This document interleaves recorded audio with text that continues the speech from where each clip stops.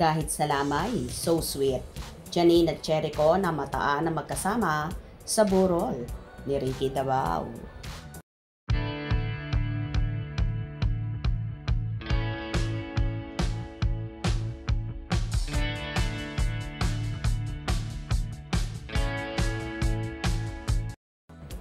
Namataan na namang magkasama ang officially boyfriend-girlfriend. Ang mga kapamilya star na sina Janine Gutierrez at Jericho Rosales sa burol ng namayapang batikang aktor, director na si Ricky Davao. May kumalat na video kung saan papasok pa lang sina Janine at Echo sa naturang lamay. Naharang pa nga ng ilang nandoon si Jericho at nagpa-picture pa. After nga ng picture taking ay tila nagmamadali pang tumakbo si Jericho para abutan lang si Janine na nauna na ng paglalakad sa kanya.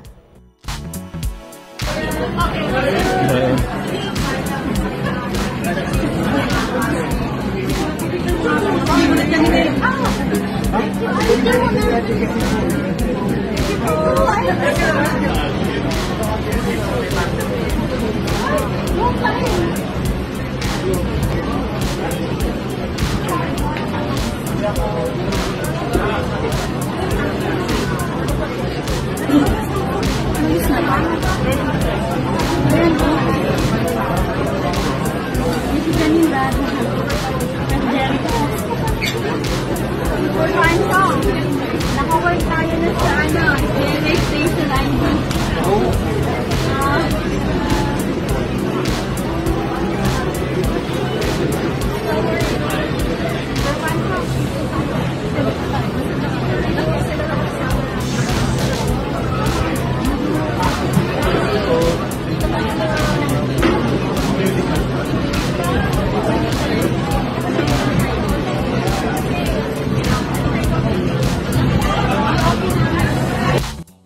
Binati nga ni na Echo and Nini ang mga taong naroroon kung saan niyakap pa nila ito.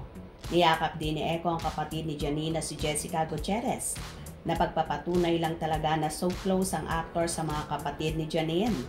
Marami naman ang natuwa at tila hindi na nga daw mapaghihiwalay sina Janine at Jericho, lalo na sa mga special na okasyon kagaya na lang nito kung saan nga sinamahan ni Jericho ang nobya sa lamay ni Ricky Davao. Narito naman ang ilang hanash na mga fanay.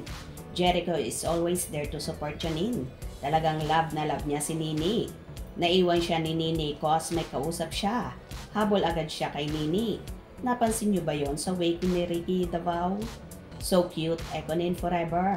Gwapo na at super bait pa ni Jericho. Talagang kapamilya na siya ng mga Gutierrez at De Leon.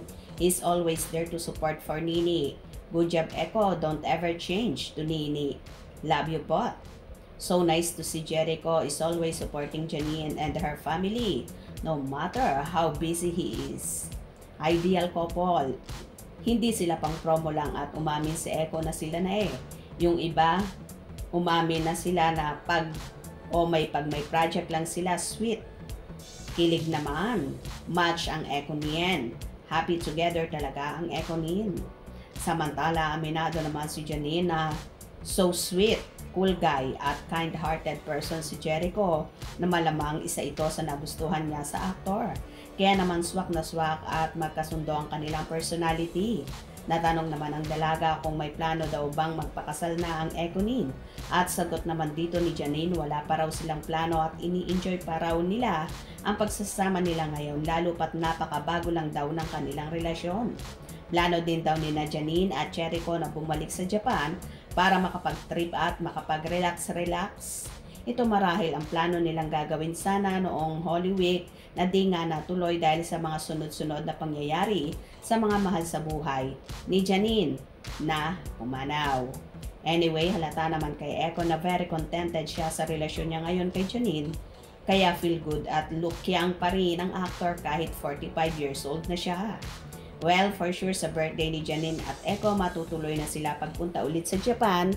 Kaya abang-abang tayo sa mga maiinit pang ganap ng Econin. Kung nagustuhan nyo ang video na ito, comment down below.